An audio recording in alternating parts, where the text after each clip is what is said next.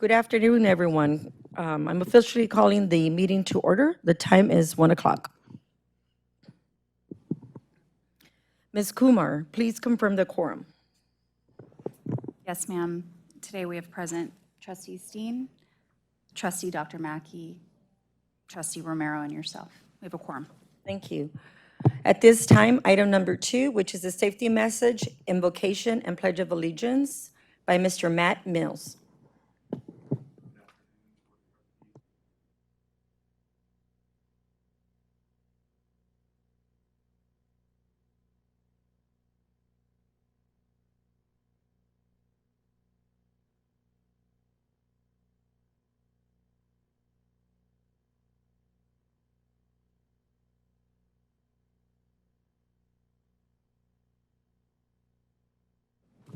I'm sorry, there we go. If asked to evacuate, use the glass doors exiting out of the boardroom to the outside. If that door is blocked, please use the back door. Verbally alert others in the room and evacuate. Then move to the main parking lot in the front of the building or the AT&T parking lot over the McCullough-Brooklyn bridges. In the event of a situation like this, our security team will be monitoring the situation, will notify the appropriate emergency services and team members. We also have employees nearby who are trained to administer first aid if needed. Safety is a top priority at CPS Energy, and while we hope this information is never needed, we want to be sure we are always ready. This time, will you please stand with me for the invocation? We thank you for the many blessings you have freely given to each of us. We ask for your presence to guide this meeting of the CPS Energy Board of Trustees. Provide them with the knowledge, compassion, and wise counsel needed as they discuss the business matters on the agenda today. Help us all to remember that we are stewards acting on behalf of our customers and provide us with the grace to serve all people well. We ask this in your name. Amen. Now please join me in the Pledge of Allegiance. I pledge allegiance to the flag of the United States of America and to the republic for which it stands, one nation, under God, indivisible, with liberty and justice for all. Thank you. Thank you very much. Item number 3, public comment. At this time, we have no registered speakers. Thank you. Item number 4, the chair's remarks. Again, good afternoon, everyone. Those of you who have logged in this morning to view today's strategic planning session, and for those of you CPS executives and employees and team members that are here today, and then of course our trustees. So today I want to start with a couple of remarks. CPS is an important organization. It has a distinguished history of 80 years supporting, adopting utility policies, programs, and practices to serve the local community priorities.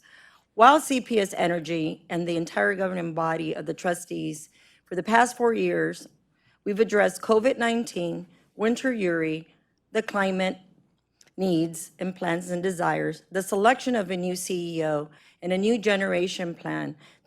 While that was happening, the energy industry has significantly been disrupted by a range of factors. These disruptions include the acceleration of transition to renewable energy sources, advancements in energy storage technologies, the rise of decentralization of energy systems, the implementation of smart grids and digitization, the electrification of transformation, a focus on energy efficiency and demand-side management, and the exploration of blockchain technology for energy trading. These changes are reshaping the industry, creating new opportunities for innovation, sustainability, and a more resilient energy system. The following has been raised by my fellow trustees. Mr. John Steen, how do we continue to address the past due accounts from Winter Uri and continue to remain financially strong? Dr. Francis Romero, how do we address the climate crisis? The climate crisis requires real action now.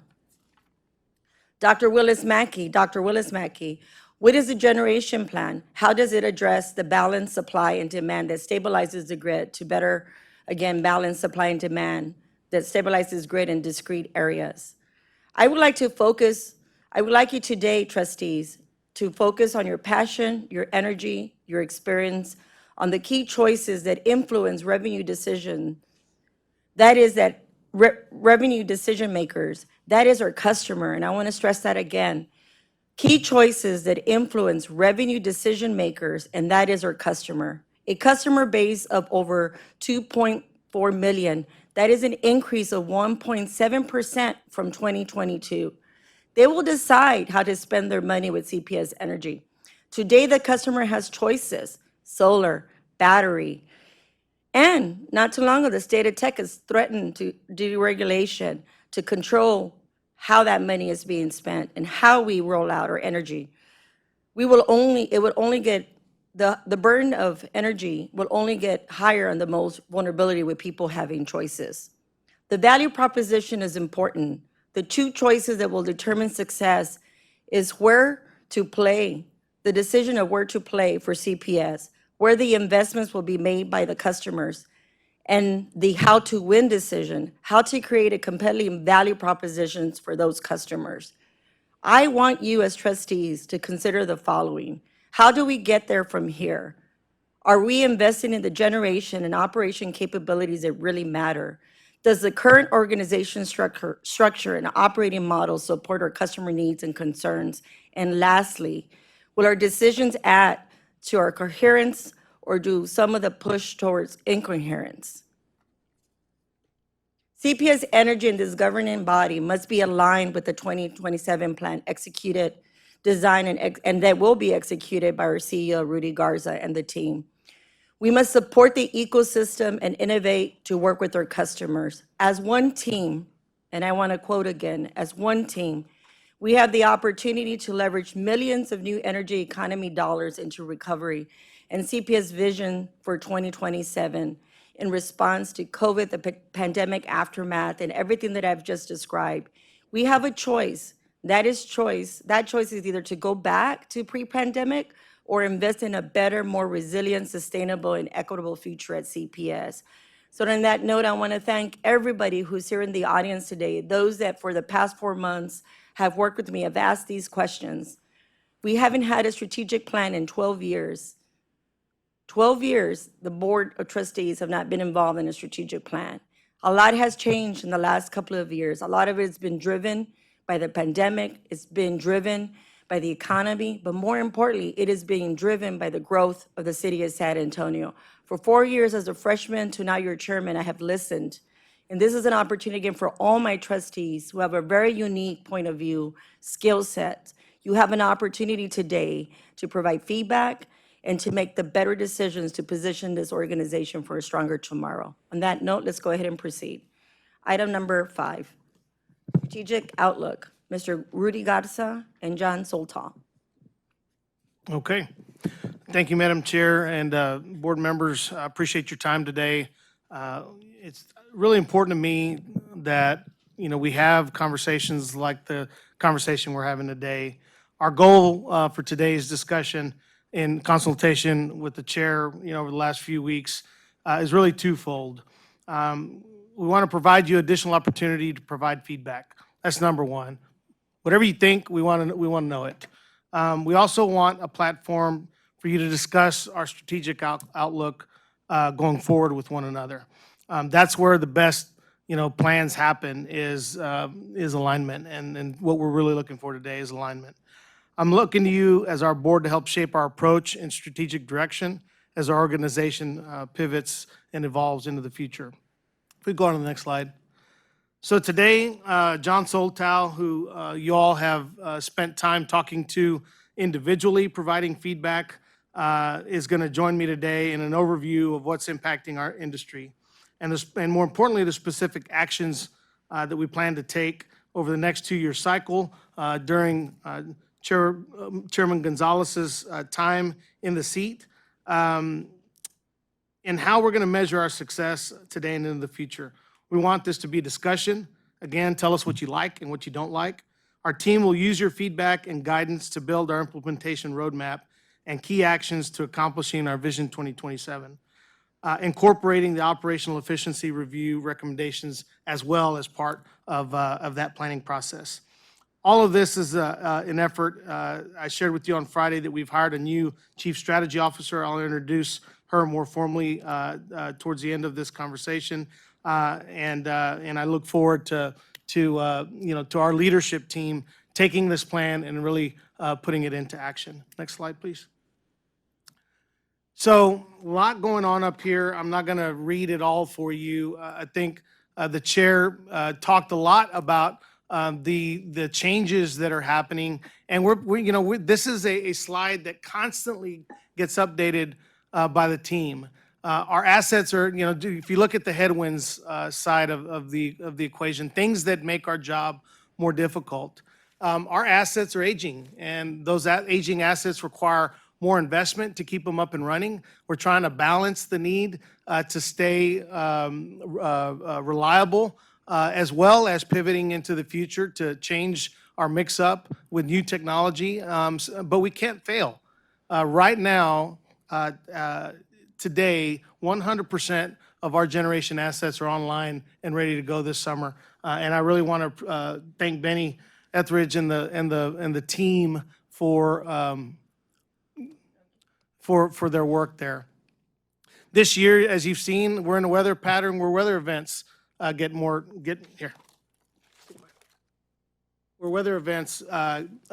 becoming more drastic. We've had more storms this year, this spring. We've had more storms than any spring I can remember in 30 years in this business. We've had bigger storms individually, but my newsletter is about to go out after this meeting in the morning, and we've got some statistics in there that'll talk to you about the number of lightning strikes and the frequency of issues that we've had this year that's made it real difficult on our crews to keep up. I want to call out specifically advancements in technology. We're so far behind in our ERP system that until we implement our new ERP system, the optionality and the programs that we can put in front of our customers to meet their needs is going to be severely impacted until we get past this ERP transformation. Everything else that we're working on is going to take a back seat over the next 5 years towards getting this ERP transformation right.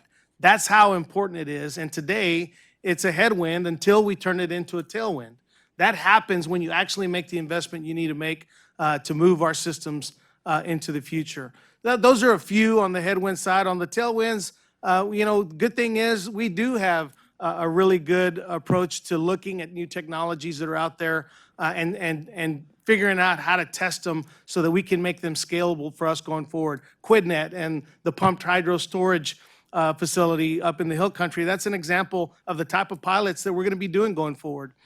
Financial transactions, every time we go into the market, we're getting the best rates there are to offer. Our bonds are continuing to be viewed favorably, and that leads to savings for our customers. And I want to thank Corey Kaczynski, our CFO, and his team for the work that they've done. We were in the market, I guess, a few weeks ago, Corey?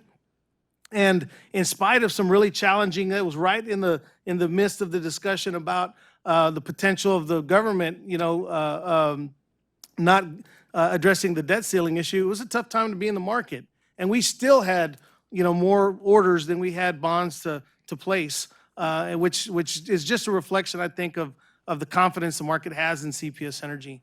And we're going to continue to double down on partnerships.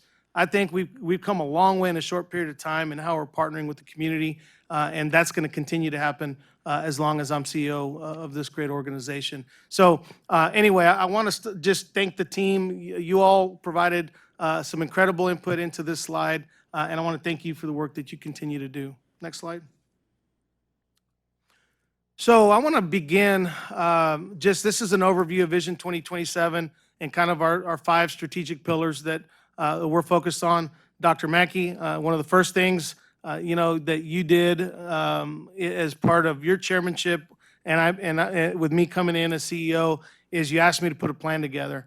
And I think the plan that we put together under your leadership and direction, sir, got us something to work with. I think it will continue to evolve and grow and morph the way strategic plans are supposed to as we move into the future. One of the things that we'll talk about is how we stretch Vision 2027 out. I want to create a view of our strategy out to 2040 to 2050. So the board is thinking ahead of the investments that we're going to have to make to be the utilities that our community expects us to be. So Vision 2027 was a really, really important element of creating a plan that we can not just work towards, but prioritize all other things against. That's what it's done for us, is we kind of cut out the noise of being everything to everybody, and we've really focused on the initiatives that we believe will lead to success, in the eyes of our customers. That's what matters to me, is that our customers think that we're doing the job that they expect a community-owned asset to do. So this was a very important element of that guidance. Next slide, please. Madam Chair, you were clear when we were talking about this session that you really wanted a view of what the next couple of years look like, and this is it.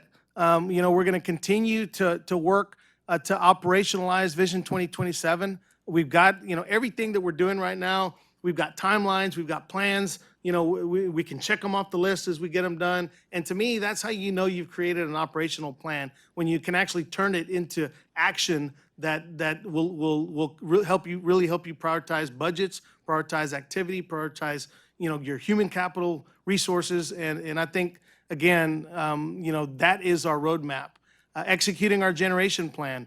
What I've said is, we're doing the engineering work right now that will help us get there. But there are rate, and revenue conversations that we'll have to have with the community on how we pay, for that plan that are ahead of us going forward. Executing on the ERP project this year and next year.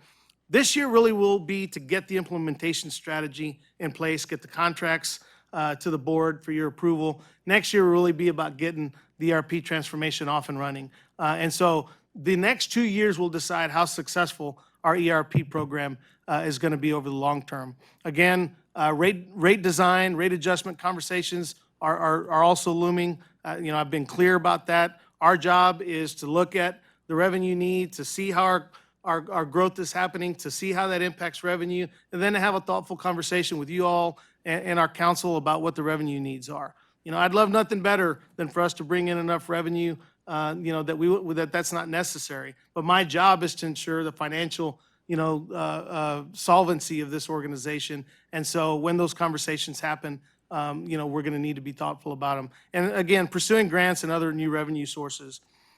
We got so used to, over the historical view of our organization, relying on wholesale revenue to offset the revenue we ask of our customers. That revenue, our resource mix, is just not, positioned in a way where we can rely on wholesale revenue to a great extent going forward.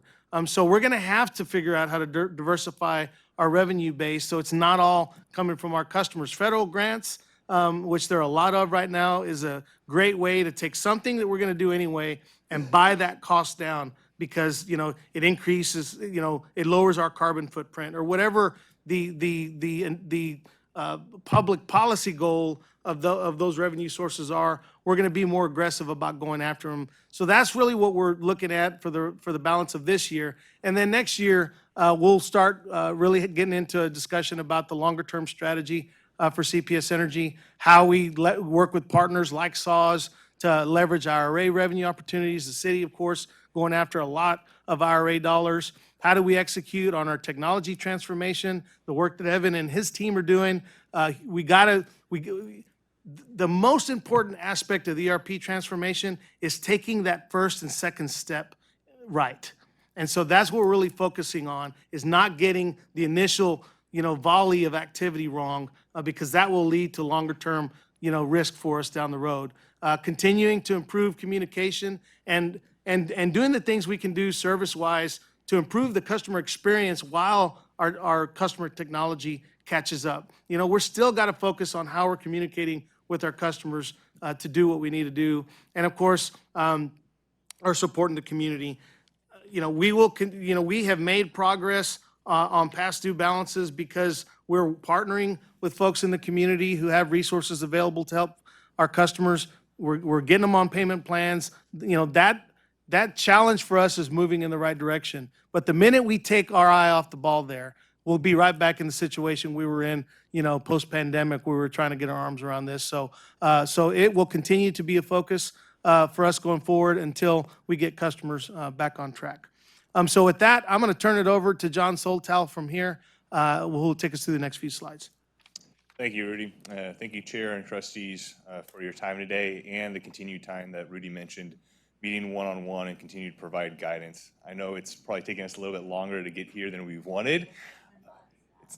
It's been months, but I think we've gotten to a place where it really helps us understand how we can better serve our community and be in alignment moving forward. So thank you very much.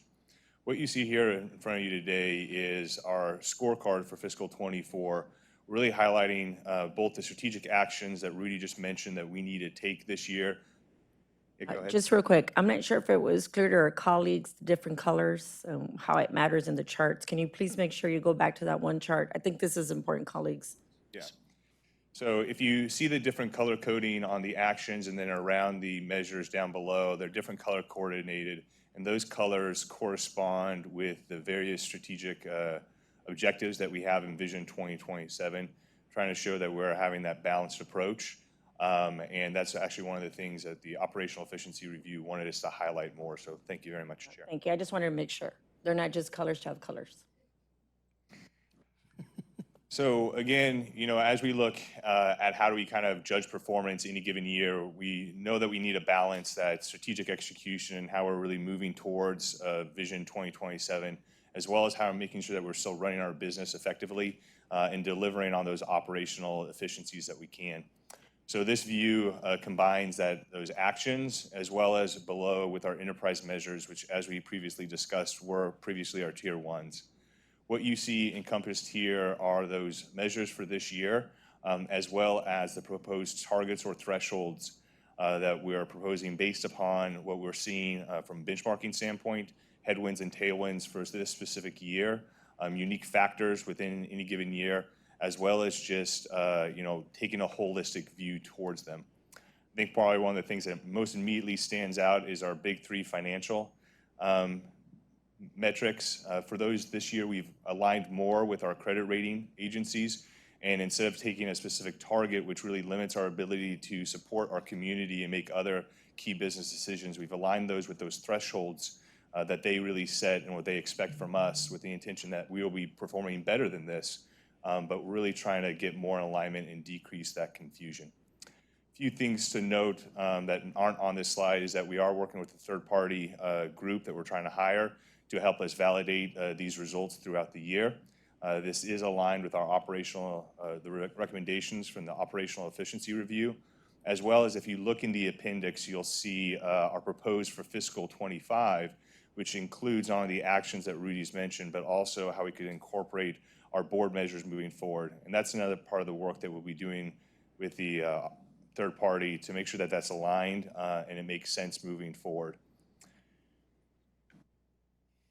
One of the things we want to highlight, though, is, and I know Rudy has said this multiple times, our measures are really just the starting point for our conversation with you, the board, and the community about how we're performing and how we're moving forward from a strategic standpoint to serve.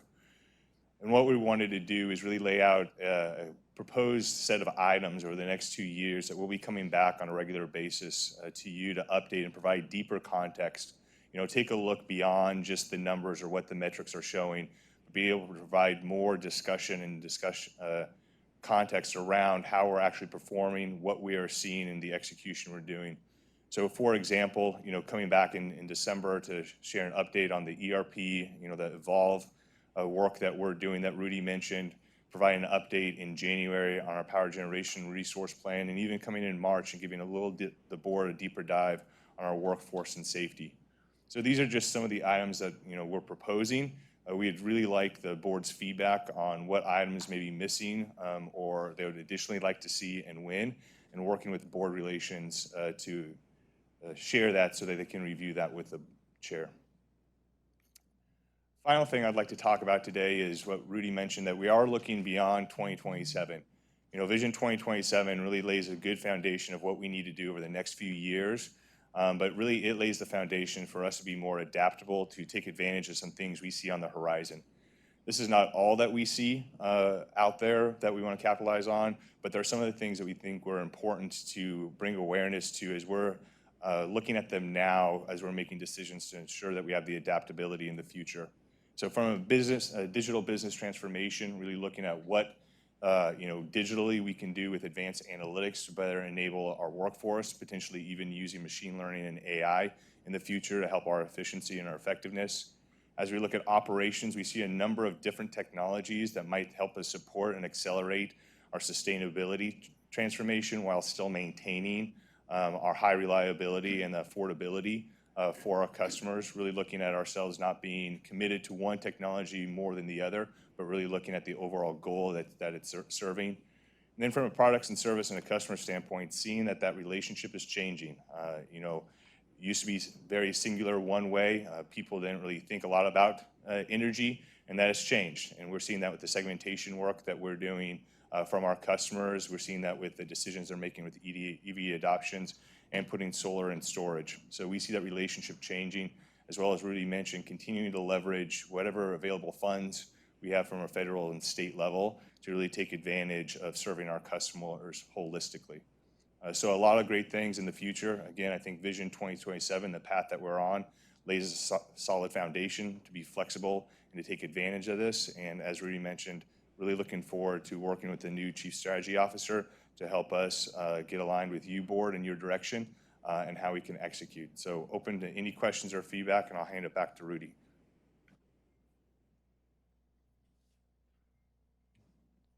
Thank you, John, for taking us through those slides. So as we move forward, we're going to continue to provide you, regular updates on Vision 2027 as we move the needle on those strategic elements of the plan. All I want to do as the leader of this organization is take meaningful action to move us forward into the future. That's my job.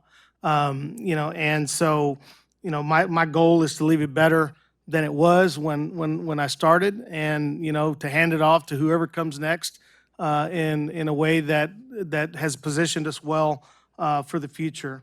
As I mentioned earlier, Friday we did send out a communication.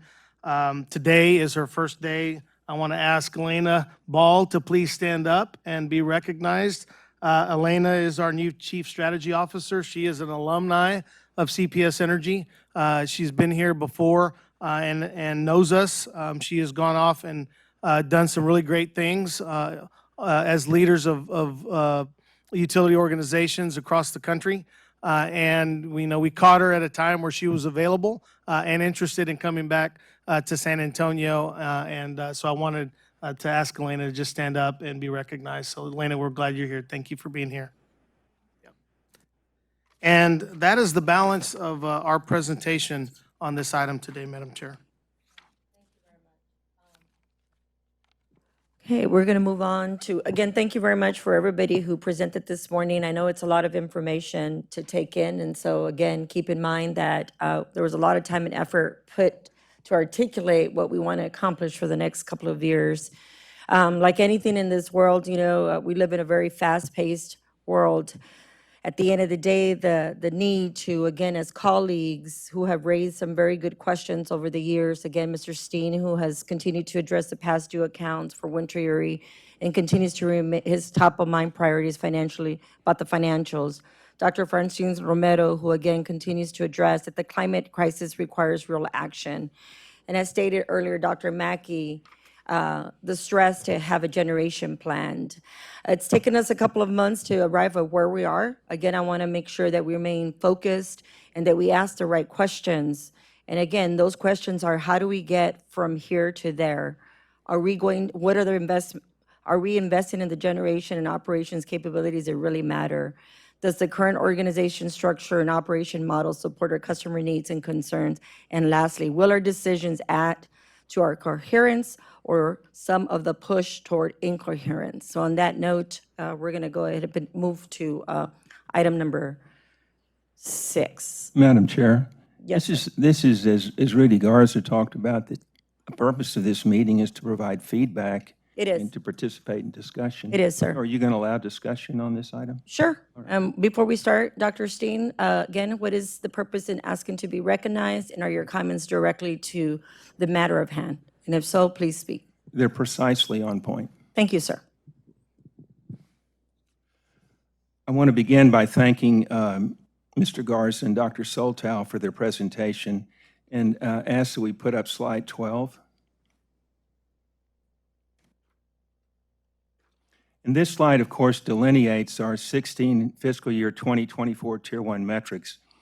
And I'll say it doesn't hurt to remind those listening in that CPS Energy's fiscal year runs from February 1st to January 31st, and that we're currently in fiscal year 2024. I know that's confusing to people.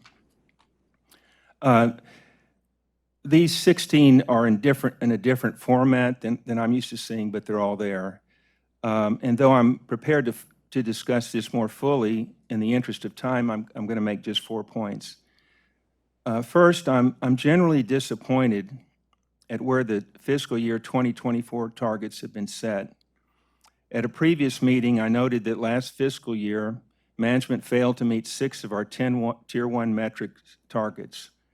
The overall score was therefore 10 out of 16, or 63. Our Tier 1 metrics are often referred to as the company's report card, which means a final grade for fiscal year 2023 of D-. I'd hope management would take this as a challenge to try even harder and perform better in fiscal year 2024, but unfortunately, the initial response has been to lower expectations. I could go into greater detail, but a few examples should suffice. In regard to the big 3 financial metrics watched closely by the 3 major credit rating agencies, adjusted debt service coverage, days cash on hand, and debt capitalization, 2 of the 3 targets were not achieved last year. Management's response in the case of all 3 has been to ease up and make the goals less demanding to attain. In fact, in the footnote you can see up there, management indicates that in regard to the big 3, they're tossing out the notion of targets altogether and only focusing on less than difficult to achieve thresholds for performance. And speaking of thresholds for performance, Dr. Soltow, I note that in regard to debt capitalization, where lower is better, it's set at 65. I believe this is wrong, in that our credit rating agencies consider 60 to be the threshold. And Dr. Soltow, I have another question for you. In regard to the change of targets for days cash on hand and debt capitalization, well, let me first start by, do you remember this? I wish everybody had it today, but you remember this handout that you gave out to us? Can you state for the record which handout and what date and what board meeting, Mr. Steen? Well, I think it's important for No, everyone who's listening that we know exactly what date, what board meeting. no, that's good. I wish we had it for everybody. But can you state again what board meeting and? It says, it doesn't really say what board meeting. I'm going to assume maybe it was our April board meeting, and it And what, says date. what was the updated at title of bottom. the slide? Well, I think it's important for everybody to know the facts. it took the 6 No, metrics. sir, can you just state for the record? I want to make sure that everybody knows the title of that presentation, Oh, sir. you're interrupting me, but. I'm not being No, but disrespectful. I just can think it's expl- important No, I as, can explain. It doesn't have a title. Let's put it that way. We were given 6 sheets of paper. Dr. Soltow, you gave us 6 sheets of paper, and they corresponded to each of the metrics that we didn't achieve. And I don't know if you all saw this, but it looks like. well, for the, Seeing, this is the current year's metrics. We're not talking about last year's metrics. We've kind of gone there ad nauseum. We're presenting on this year looking forward. So This also include references to this year's metrics. that's not what we're presenting today, sir. We are talking about this year's metrics. We're not talking about the view, we're not presenting the view you're looking at. So can we just, Instead of, and let can me you- just sort of can we go stay through focused this. on Okay. what's presented today? No. Rudy, let's provide Mr. Steen the platform necessary. Go ahead, sir. You'll see what I'm getting at. So you had 2 of the metrics that we didn't achieve were part of the big 3: days cash on hand and debt capitalization. And on this presentation, which you gave us for April 2023, you put that you have right here that the fiscal year 2024 target is 170. It's on this right here. And for debt capitalization, under notes, you have fiscal year 2024, the target is 62.6%. And so my question is that between when you gave us this in April and today, you've changed those targets. And so I want a little bit of information about how that occurred. Understood, Mr. Steen. So what you are referencing was a board communication that we sent out last year that highlighted the 6 metrics we didn't have and provide a little bit more detail. I apologize, we had intended to have an updated version of all of our metrics with more headwinds and tailwinds, and we ran into the delay and we didn't have that today. As what you highlighted in that is that we had a target at that point. Talking with management and the confusion that arose from the variance between what the credit rating agency was looking for, as well as continue what we are targeting. I'm sorry for interrupting. Is your mic on? Because we can't. I think so. I'll Can you- lean into Your it a little talk, can bit you lean more. in? Or do what I do, I raise it, if you can. I think the shift that you're seeing there, Mr. Steen, is the difference from shifting from a specific target for our financials, which really limit our ability to serve our customers, and shifting more to thresholds, which we look to achieve better than, but are more in line with the credit agency. And I'll actually defer to Corey if you have any additional information you'd like to share. Dr. Soltel, the question I have, if you don't mind, how did that, because I'm interested in how these are set, but how did that change come about? Yeah, let me go there. Okay. Our management team looks every year at all of our metrics, and we set targets for our people that we're monitoring on a regular basis and reporting here quarterly. What the conversation that we've been having over the last year is, how do you establish a view that represents what's meaningful? You know, if this board wants to hold us to 170 or 180 or 200 days cash on hand, when historically we've been in the 145 to 150 range over the years, and Corey's can show you the historics on where days cash on hand is. What matters to rating agencies is 150. That's what matters to rating agencies. It's incorrect, but Well, okay. we can show you that, sir, but just hear me out here. The 5-year days cash on, debt cap goal is confusing. So what's important? What's important is, and every year it's different. Some years we may be at 60%. Other years we may be at 62 or 63%, depending upon what's happening in that moment. We are going to be in a high investment, high growth mode for the next 5 years. That is a fact. I can't replace the ERP system without making investments that we're going to have to talk to this board and council about supporting. So this view is a view of what the thresholds we're looking at that provide some guidelines. Now, again, this board can, through the personnel committee, which ultimately sets the scorecard for me, can set these wherever they want.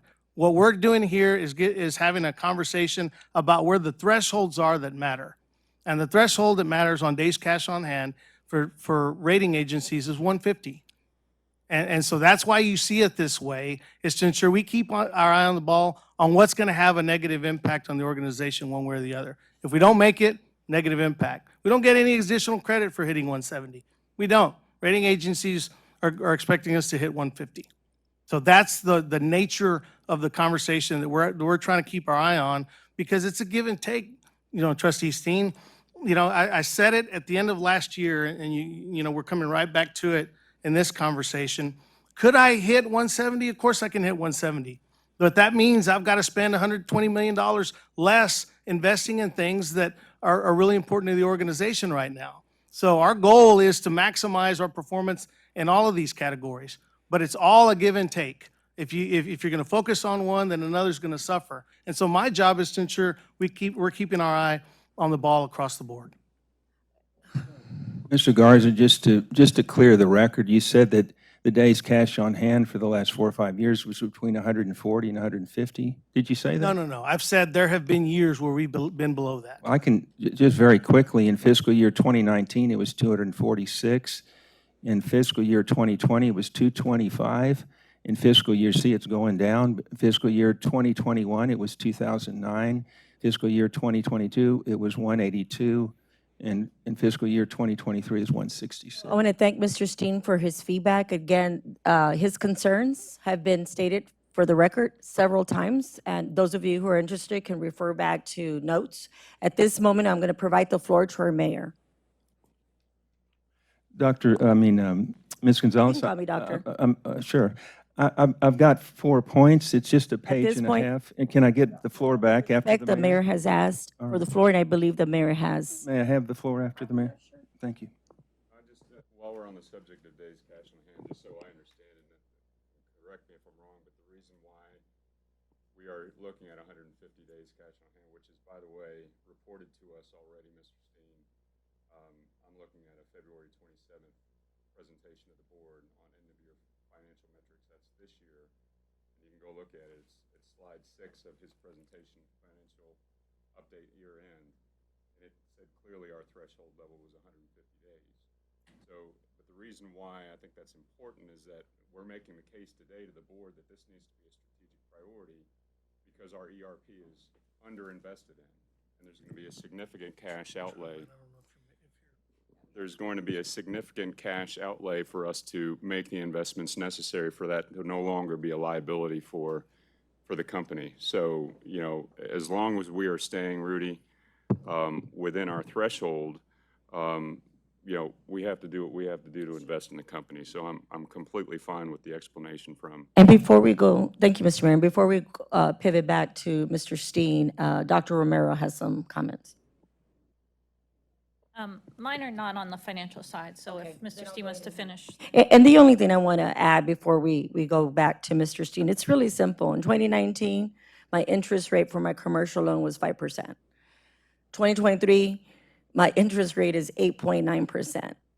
Financial metrics change, and they change based on the economy. For us to continue to have the same discussion and to not factor in business practices and economy is a concern for me. Today's focus for this presentation and the whole purpose of how many months we put into today's presentation is for us to continue we have to make a decision. Financial metrics matter, but you also have to invest, you have to balance risk, you have to take into consideration that the business model has changed and our consumers are expecting more from us. We have to figure out how to meet the needs of a growing city, more demand on our systems, the need to modernize our systems, the need to understand that our customers have choices. They have choices today. We have to consider that not only do they have choices, that there will be more burden on those who don't have choices. And so even though I applaud Mr. Steen's strong point on the financial metrics, and I do applaud him. I think it is important. I don't disagree that it is not important. Where my concern is that as a board, we will fail. We will fail the ratepayer. We will fail this community if we don't take this presentation seriously and look above and beyond than what we've heard this conversation, we've heard his concern for 2 years, and we've been respectful. And I also was mindful to open that I have listened to him. But we cannot, we have a responsibility to move forward and keep that financial metric top of mind, but align it with today's economy and those agencies, those created agencies, and the third-party review that we had, that both validated that we are not doing anything wrong with how we pivot those numbers. So on that note, Mr. Steen, you can conclude. Madam Chair, I have one correction. Mr. Steen, I got you ginned up on days cash on hand. I missed, it was the adjusted debt service coverage that we missed 1 year, not days cash on hand. We've always been above 150. So my apologies, I misspoke on that one. Go ahead, Mr. Steen. So this is apropos to what I'm going to say next, because, you know, both you and Mr. Garza have emphasized the importance of customer expectations. So yet another instance where the target wasn't achieved last year, and now the target is being lowered, is residential customer satisfaction. So I can provide other examples. One area where in fiscal year 2024 the target has remained the same as it was in fiscal year 2023 is enterprise senior lien bond ratings. This means that if all this company does is merely maintain its current downgraded ratings as well as the negative outlook assigned us by 2 of the 3 credit rating agencies, this metric will be met. The bar shouldn't be set so low. Our target and an absolute minimum should be to move the 2 negative outlooks to stable. All in all, it appears that management, because it didn't meet certain targets in fiscal year 2023, has decided to restate what success looks like. Because long-established goals aren't being reached, the goalposts are simply being moved closer. And this is how a company begins a slide into mediocrity. So second, at our April 24th board meeting in his written materials, Dr. Soltow indicated that the board should participate in setting strategic targets for fiscal year 2024. However, at the podium, he clarified that we as trustees would not be involved in setting strategic goals or targets beyond being given the opportunity to discuss them with management. This begs the question, why isn't this board, which according to CPS Energy's ordinance has, quote, absolute and complete authority and power with reference to the control and management and the operations of the systems, close quote, not formally involved in setting strategic targets? Why are we leaving it to management to set its own targets? Third, focusing on the statement at the bottom, well, please go to slide 9. Focusing on the statement in blue at the bottom of the page, I do appreciate that a third party will be engaged to validate the approach and results of Dr. Soltow and his team. And Dr. Soltow, have you determined who this third party will be? Not yet. We have not yet. All right. And then I was going to ask you if you can assure us that it will be a well-known firm that is engaged for this sole purpose and has no other ties to CPS Energy. Yes, it will. Thank you, Ms. Gonzalez. And Mr. Steen, I want to thank you for your comments, but I want to make sure that we're clear. Actually, the chairman has been working for the past 4 months directly with the staff. I've been personally challenging them. This presentation today is what that work is. So to state that no trustee or no one of this governing body has been involved is not a true statement. What you have that's coming before you has been months and months of work to provide you something for you to give feedback to. This is what this is about. So I'm very confused about how you can't bridge what we're doing today, that I have wholeheartedly listened to you for 4 months. And under your chairmanship, we had no strategic plan. You had an opportunity as a chairman for 3 years to develop a plan. That's actually. You just said right now that we should participate in something like this. You had 3 years to do this. You did not do that under your tenure. And now we have something. Right. I talked about a formal participation. But talking and doing are 2 different things. Now you've been provided with all courtesy and respect the floor. It is time for us to move on. And you again have the opportunity through a process to add items to your agenda as stated on these slides. And I sincerely welcome your feedback. What I do not and will not continue to agree is to continue to, again, rehash items from the past. It is your responsibility to keep these things top of mind. Ms. Gonzalez, I'm addressing the very topic that we're. Okay, well, thank you very much. And this is going to be, again, I'm going to look to you for that.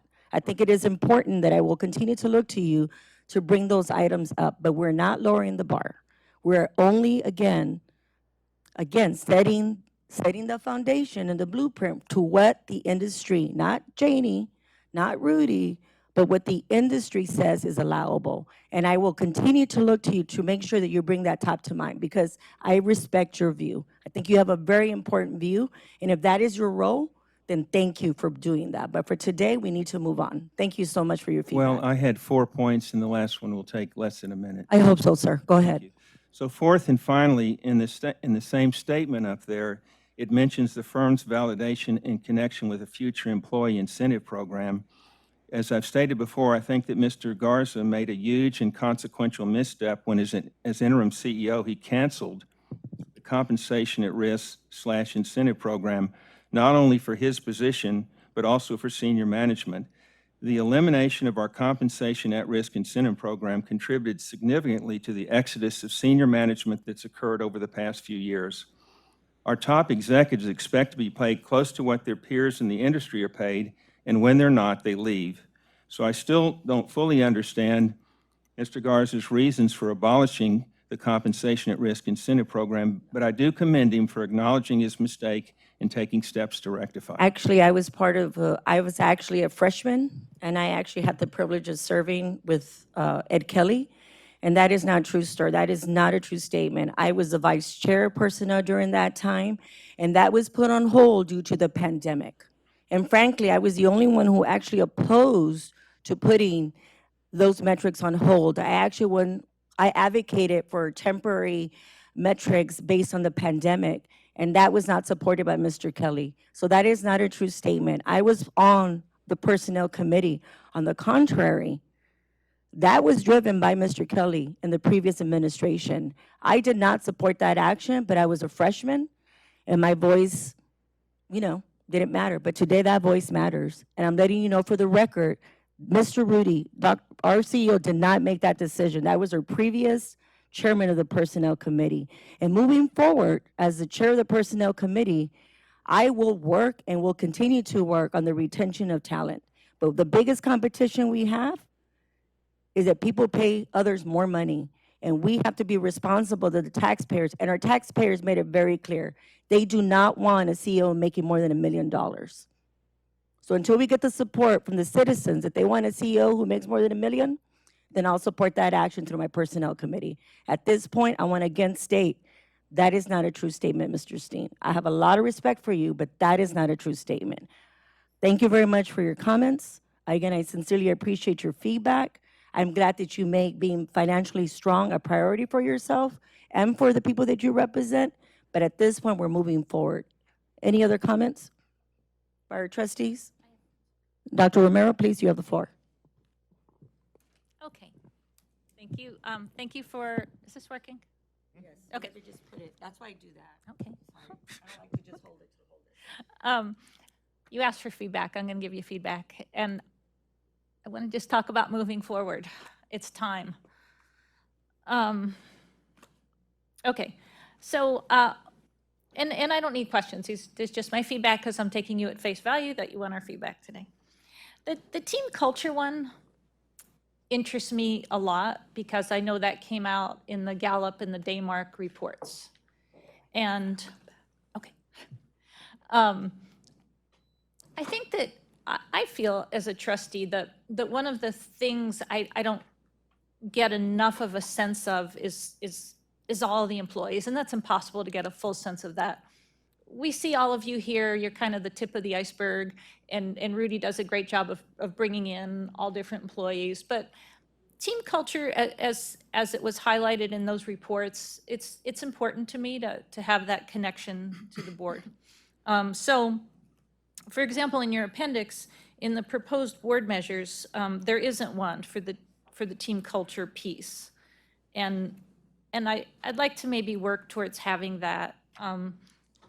You have one in the enterprise measures on slide 12, which I don't really understand. The employee engagement enterprise, I don't know what that score represents. I'm sure it's something good. But just going forward, I would like to see maybe a little bit of a creative alignment between what Gallup and Daymark said was missing and a measure that we can understand about team culture. That's great feedback. Well, part of the validation process is going to be how else could we measure ourselves? And so, Gallup is who we've used probably going back, I don't know, 8 years, somewhere. We've used them for a while. And we can get you information on what that score entails. We're typically trying to get a 0.1 upward movement, in our employee engagement score year over year. And we actually, this past year, moved up. We gained back the prior 2 years during the pandemic. Everybody lost, lost ground. This past year, we made up all the ground we lost and then some, just by getting things stabilized around here. I don't know that that's necessarily a great view of culture, so we'll have to do some work on how else we can measure that for the board's view. Okay, yeah, I mean, to an extent, it's the thing maybe the board typically would have the least direct involvement in, but I think it's the one where we could use a little bit more. My other thought is just sometimes the customer experience, community partnership and growth, it's hard to keep them entirely separate. And I don't know, just the residential satisfaction survey, I often wonder how useful that is. It's such a blunt measure, and some of the things I've learned lately with satisfaction measures from customers in particular programs like community solar or things like that are really strong. And they're also giving us really good information, because I don't know what customer residential satisfaction, I don't really know what, there's a million things in there and we don't know what they are. So I think maybe a little bit more nuanced measure of customer satisfaction would be helpful. My only other thing was, I do really like the month-by-month preview of what you would be presenting to the board. I thought that was helpful. Thank you. Thank you, Dr. Romero. And lastly, before we move on to item number 6, so here would be my questions, and this is a great way to directly really address Mr. Steen's concerns. There's only 2 ways in an organization you get healthy. Well, there's several ways, but one of them is you cut costs, you keep cutting, you keep cutting, you keep cutting. And the other one is you identify new customers. So here would be the question that I would have to increase that metric, that financial metric. Let's be frank. How much land does San Antonio still have to develop? How many existing ratepayers by class and industry? What are the development patterns? What is the projection for growth based on development and zoning patterns? Will developers support us with rate increase? Would consumers or citizens support us with rate increase? These are simple questions. These are the basic questions of any fiscally responsible run company. You have customers. Bottom line, at the end of the day, sorry, that's my company. At the end of the day, it's because I think about this all day long as a business owner, right? How do you get better? There's only so much you can cut. And I will tell you, as a business owner, since the pandemic, I have cut and I've cut and I've cut. There comes to a point when you cut so much that you can't invest. We must invest. Our challenge as a governing body is, where do we invest? And base it on facts, on data, not politics, not a personal agenda, but being financially thoughtful, having a conscience about the people that we serve, and making some really tough decisions. So again, I'm going to implore to my fellow trustees, you can continue to harp on the past, or you continue to ask that fundamental question. Do we continue to cut? We can do that. There's always room for efficiencies, always, always. But the reality is that we are growing. We are growing. Where do we make those investments? Because we're growing, but also poverty is growing. So where do we make the good investments that we do not add more burden to those more vulnerable? And where do we make investments for those who plan to develop this community? And that's the bottom line. And this is what this is about. This is an opportunity for each trustee. I've heard for 4 years what's important to you. It is up to you now how you want to align this governing body to the CEO that we hold accountable so that we can generate results that we need. That is up to you today, everybody who's here. So on that note, I want to go ahead and thank everybody who put months. I've spent months and months with you individually to bring something strong to this governing body to think about. I've listened to you. I've listened to Mr. Steen's concerns. I have. I mean, I think about it a lot. I care about what he thinks about. I care about what Mackey thinks about. I care about what Romero thinks about. I care what my mayor wants. I care what the CEO wants. I care about this organization. So it's up to you what vital role you want to play in transitioning this company for the next cycle of the technology industry, which is already here, 4.0. It is up to you. We must address the needs of a growing community. It's up to you now. Thank you. Item number 6.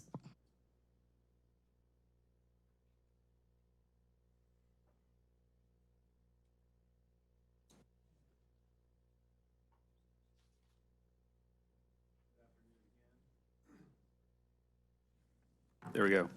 Good afternoon again. Once again, my name is Matt Mills. I'm the Vice President of Audit Services.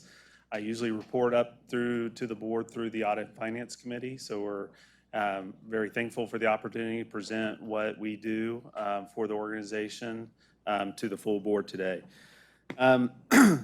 So I know after Uri, there was a lot of comments, feedbacks about we need more audits. So we look forward to the opportunity to show you today what our department, Audit Services, does at CPS Energy and how we align our work with the strategic objectives of CPS Energy. So to do this, I have two primary leaders in my department. Ed Garza, who's a director of audit services, is on vacation today, and Trina Wiseman, who's going to do the presentation today. Trina has 29 years with CPS Energy. She fulfills a number of roles in our department today. She used to be an IT audit manager. Today, she is the senior manager of audit quality and assurance. And in that role, she runs a quality assurance program to make sure that our practices and processes are in alignment with the Institute of Internal Audit Standards. She is our liaison and coordinates all audit activities at STP. She manages all of our contracts, and she also coordinates our budget, among many, many other things. So with that, I'm going to introduce Trina Wiseman to walk us through the presentation.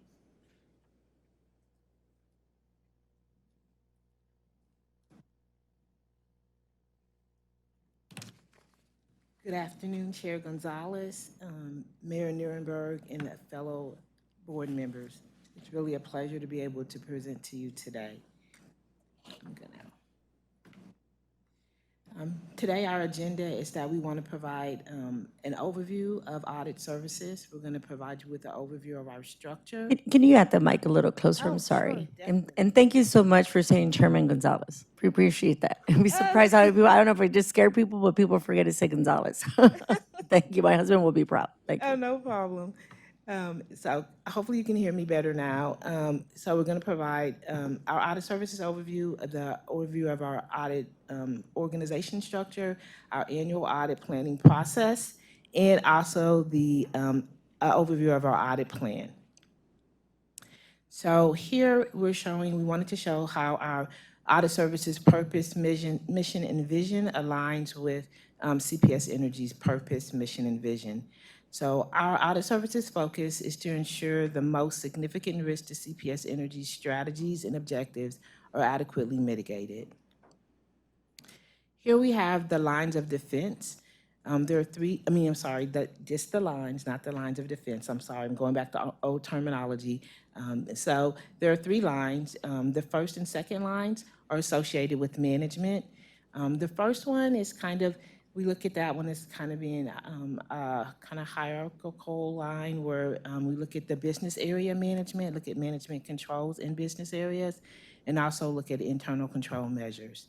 The governance functions, there we're looking at controls that will go over maybe several different business areas. So those would look at enterprise risk management, compliance and ethics, finance, and also includes corporate safety. Audit services serves as that third line through providing audit assurance activities and advisory projects. In that role, we provide independent and objective assurance, and we provide advice on matters that are related to achieving objectives. We also have our external assurance providers that provide other assurance to the company. Two of those would be our external auditors that provide financial audit, external audits, and then also the NERC audits, and those are done by an external entity also. And as you see, audit services reports up through the Board of Trustees, through the Audit and Finance Committee. And I'm going to talk about that a little bit more on the next slide. Here we have our organizational structure. As I mentioned, we report administratively to the General Counsel, but we report functionally to the CPS Energy Board of Trustees through the Audit and Finance Committee. We conduct our audit work in alliance and compliance with the Institute of Internal Audit Standards. Our current team, we have currently 10 professionals. We have a head count that's approved for 12. And right now, our team, 60% of our team are certified. And we have a range of certifications. Some of our team members even have more than one certification. And as you see, we have their certified public accountant, CPA, certified internal auditor, certified information systems auditor, CISA, and also certified information systems security professional. In addition, our team, we work with external partners. One of them is Gartner, and Gartner provides us with best practice guidance as well as benchmarking information, which is helpful for us as we're doing our individual audit projects. We also provide a lot of direct assistance to KPMG as part of the external audit. In addition, we are active participants in the LPPC through the Chief Audit Executive Group. We work with that group to provide input and also get insight from them, which is really helpful to work with your peers to get that type of information. And then we also use Deloitte to support our audit work, which is a best practice to look to a group like Deloitte that can support us to provide specific subject matter expertise. They generally provide, in the past, they provided us assistance with IT audits, with cybersecurity, and also assisting us with vendor audits. Here is an overview of our annual audit planning process. Part of the annual planning process is important for us to make sure that that's in alignment with our strategies. As inputs to the audit planning process, we have the information from enterprise risk management, also from our enterprise planning and performance groups, and also we conduct executive interviews throughout the company so that we have information that is an input for our audit planning. We also look to Gartner and Deloitte and other entities to provide information. We also look at the corporate budget as an input for the audit plan. So after we get those inputs, we begin the development of the audit plan. We look at our audit universe. The audit universe has auditable entities that we have it broken into that assist us in deciding where we're going to audit. We also look at our risk universe. The risk universe is based on the enterprise risk management risk register, as well as some key risks that are identified that are unique to audit. We also obtain management input to identify the topics, as well as get input from the Audit and Finance Committee. Once we have all those inputs, we will develop a proposed audit plan, a draft audit plan that we will present to the Audit and Finance Committee for their review. Once that audit plan is approved, then we would move forward with executing the plan. Part of executing the plan is to look at the audit projects that have been identified. And for each audit project that's been identified, we will do an individual risk assessment. And when we do that risk assessment, it'll help us with our planning process and also help us to identify the scope for that project. Once we have identified the scope, we'll develop a plan, a program specific to that project, and perform testing. From the results of the testing, we will develop an audit report, and that report will be presented to audit management, and also the results will be communicated to the Audit and Finance Committee. Any actions that come out of the report are documented, and we provide an open and a closed action item report to Audit Services Management on a monthly basis so that they can monitor and track the status of action items. We also provide the status of action items to the Audit and Finance Committee. This slide is providing you with our look at audit risk coverage for fiscal 2023. You'll note that we have the financial reporting is identified. For last year, we spent a lot of time on projects related to financial reporting, and that ties back to our support of the external audit and the direct assistance that we provide.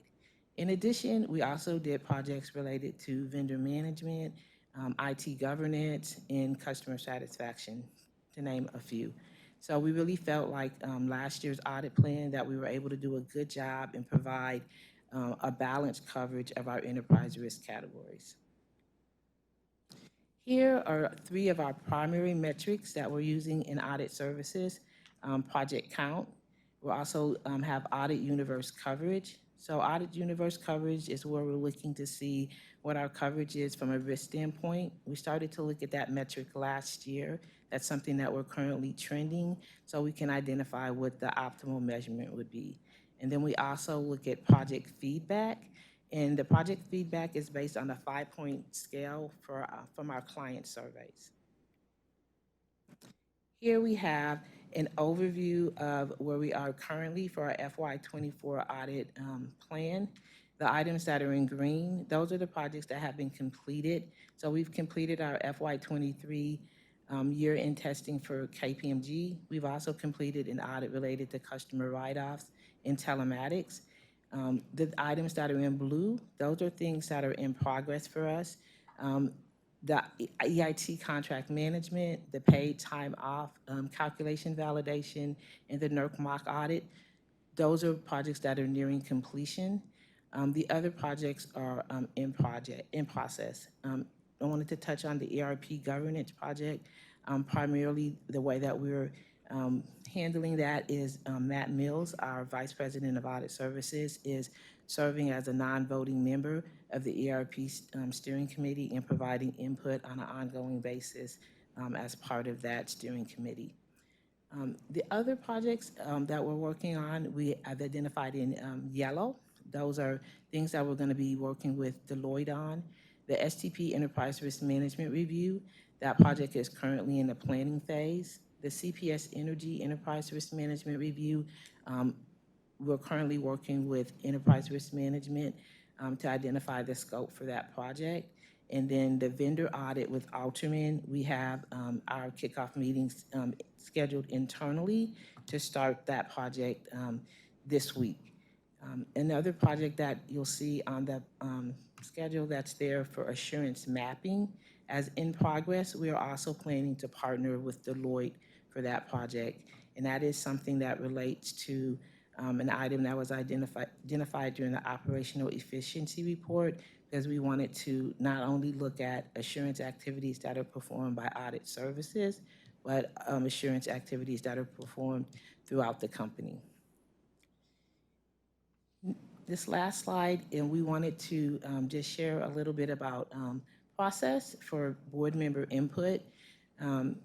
We have the separate Audit and Finance Committee meetings of the Board of Trustees.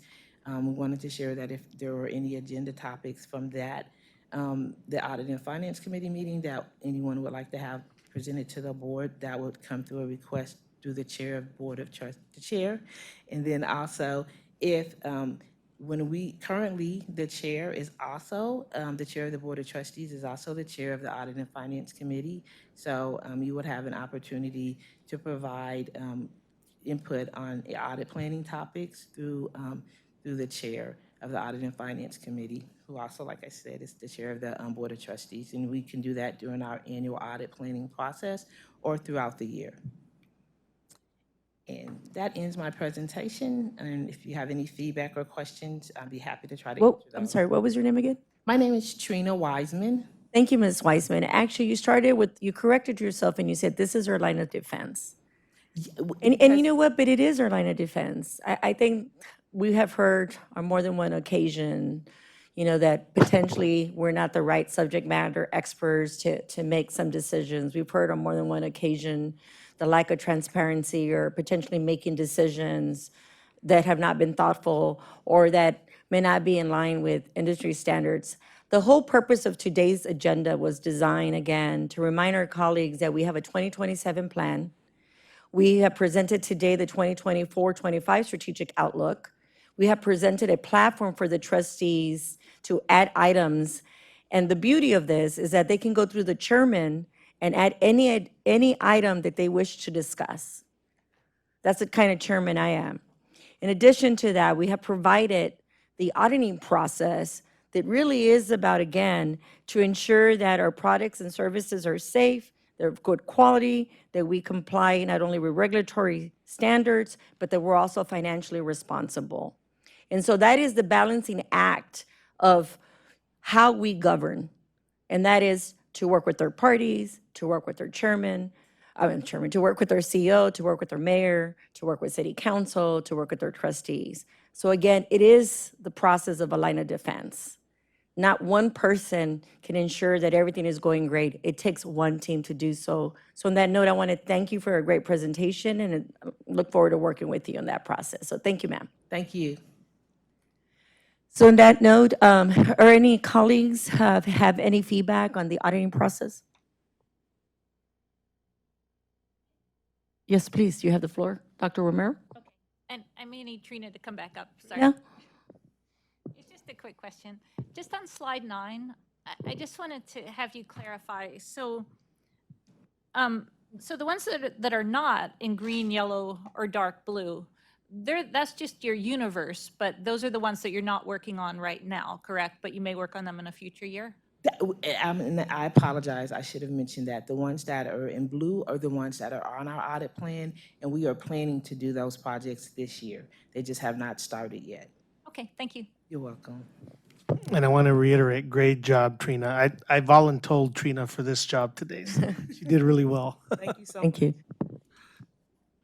I think on that item, there are no further, and the only thing again I want to emphasize, if we can go, I don't know, it was John's slide.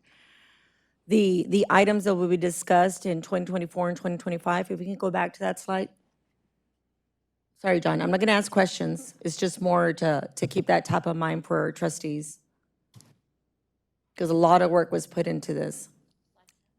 I think it was slide 7. So again, I want to be clear to my fellow trustees. This is what will be discussed. There are some key areas that will be discussed. As you can look at the months. And then, of course, 2024. The items from consideration, this is another example of using the process to add those items. You individually, as a governing body, have the opportunity with time to communicate that to the chairman so that we can present that. My goal is to be efficient. Bottom line, my goal was for me to provide you an opportunity for your feedback. I have considered everything that matters to my trustees. And so again, I just want to make sure that we're in alignment and that we better utilize the privilege that we have of being trustees. We have a big responsibility. So again, please leverage the process so that we can get some work done. So thank you, John. So on that note, I think we're going into item number 7, which is executive session. Ms. Kumar, can you read well, I'll read them. We're going to go into executive session. Item number A is consultation concerning attorney privilege client matters, or is it you, Ms. Kumar, who does that? It's up to You know, I'm going to let you do it. I've had enough talking. I've done enough talking today. Go ahead. Okay. At this time, the board is going to recess into executive session to discuss matters that have been duly posted under Chapter 551 of the Texas Government Code, including consultation concerning attorney-client matters under Section 551.071, excuse me. It is 2:17 p.m. as we convene into executive session. And trustees, you have a manila folder. This is some of the items. This is the material that we're going to be using to discuss items in executive session. So please bring that with you. Thank you.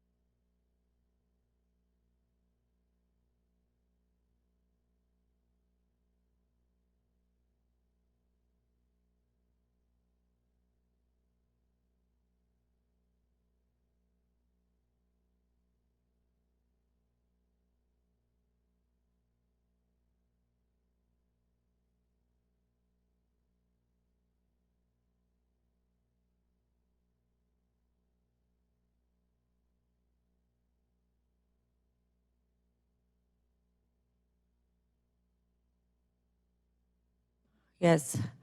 We have reconvening to open session. Please bring the board back. Of course, we're here all sitting down, but if you could please officially bring back the board back from executive session, Ms. Kumar. Yes. It is 3:53 PM. The board has concluded executive session, and I can confirm that no votes were taken and that no matters were discussed that were not on the posted agenda. We have a quorum. Move to adjourn. There you go. Thank you very much, colleagues, for participating today. Thank you, everybody. Bye.